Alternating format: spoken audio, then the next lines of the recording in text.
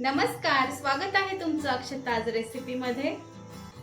उद्या मार्गशीर्ष महिन्यातील गुरुवार आहे, म्हणून आज मी तुमच्यासाठी उपवासासाठी खास सात्विक आणि खूपच चविष्ट रताळ्याची खीर घेऊन आले आहे।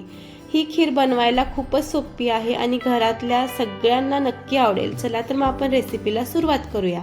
सगळ्यात आधी आपण रताळ्याला शिजवून घेऊयात। पातेल्यामध्ये पाणी ठेवून मी त्यामध्ये रताळे टाकून गॅसवरती रताळे शिजवून घेत आहे। तुम्ही कुकरमध्ये देखील रताळे शिजवू शकता।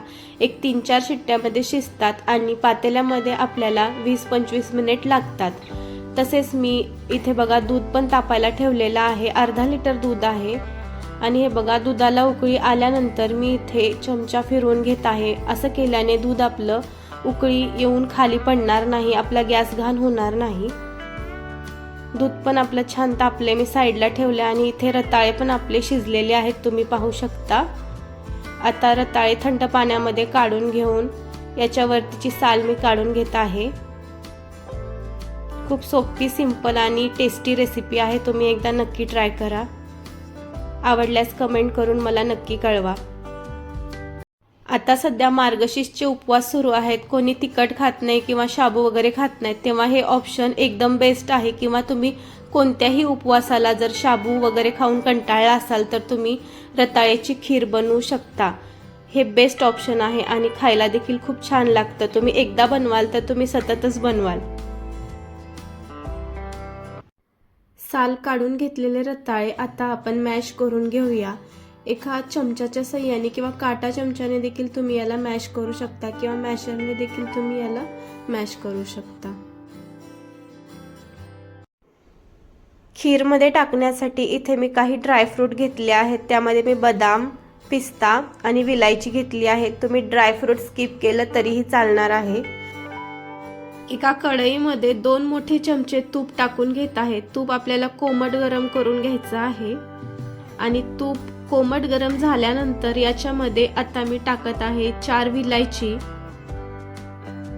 हे बघा, याला मी थोडंसं ठेचून घेतलं होतं आणि तसंच मी यामध्ये टाकले आणि त्यानंतर कापून घेतलेले बदाम, कापून घेतलेला पिस्ता। बदाम व पिस्ता मी 4-4 प्रमाणात घेतलेले आहेत, म्हणजे 4 बदाम आणि 4 पिस्ता असे बारीक कापून घेतले होते। हे बघा, आपले ड्रायफ्रूट पण इथे फ्राय झालेले आहेत तुपामध्ये मस्त। आता मी याच्यामध्ये दूध टाकून घेत आहे, जे आपण गरम केलं होतं।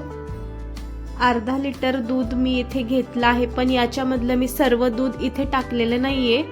1 वाटी, अर्धा लिटर मधलं 1 वाटी मी साईडला काढून ठेवलं आहे। याच्यामध्ये आता अर्धी वाटी साखर मी टाकून घेत आहे। तुम्ही साखर तुमच्या आवडीनुसार कमी किंवा जास्त करू शकता।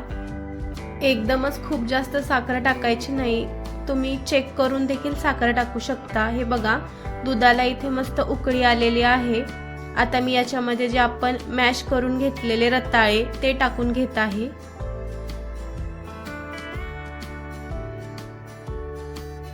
आणि आता एका पळीने हे बघा मी सर्व मिक्स करून घेत आहे। व्यवस्थित असं मिक्स करून घ्यायचं, घाई नाही करायची। स्टार्टिंगला हे बघा, आपली खीर इथे खूप पातळ दिसत आहे, तुम्ही बघू शकता। आता आपल्याला या खीरीला छान मस्त प्रकारे आटवून घ्यायचं आहे।